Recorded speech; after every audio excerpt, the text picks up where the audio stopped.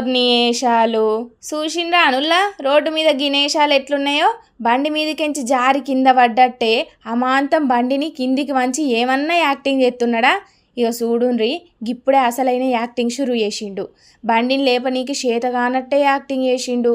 అయ్యో పాపం నిజంగానే పడ్డట్టున్నాడు కదా అని చెప్పి గీ పెద్ద మనిషి సాయం చేయనీకి పోయిండు. గింతల్నే అటుకెంచి బండిని లేపనీకి వచ్చినట్టే బిల్డప్లు కొట్టుకుంటా ఇంకొక బద్మాష్ గాడు ఊరికొచ్చిండు. ఇక ఇలా పర్ఫార్మెన్స్కు ఆస్కార్ అవార్డు ఇచ్చిన తక్కువేనన్నట్టు జీవించిండ్రు మొత్తానికి. ఇక సాయం చేయనీకి వచ్చిన పెద్ద మనిషి బండిని లేపే పనులుంటే ఎన్నుకున్న బద్మాష్ గాడు గిన జేబులున్న ఫోన్ కొట్టేసే పనుల పడ్డాడు.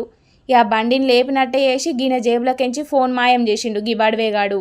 ఇక ఇద్దరు బండి మీద ఎక్కి పోయినాక జేబులో చూసుకుంటే ఫోన్ కానరాలేదు.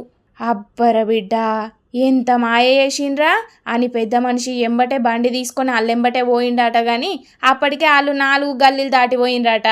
గుంటూరు జిల్లా నల్లకవారి బజార్లో జరిగింది ఇది. చూసిండ్రు కదా పబ్లిక్ దొంగలు ఎట్లా మోపైనరో. మన చుట్టూ తిరుక్కుంటేనే గిట్లనే నమ్మించి మోసం చేస్తున్నారు. గిసొంటోళ్ళు చేయబట్టి నిజంగా ఆపతులు ఉన్నోళ్లకు సాయం చేయాలన్నా అనుమాన పడాల్సి వస్తున్నది కదా. గీళ్ళ చేతులకు జట్టలు పుట్ట.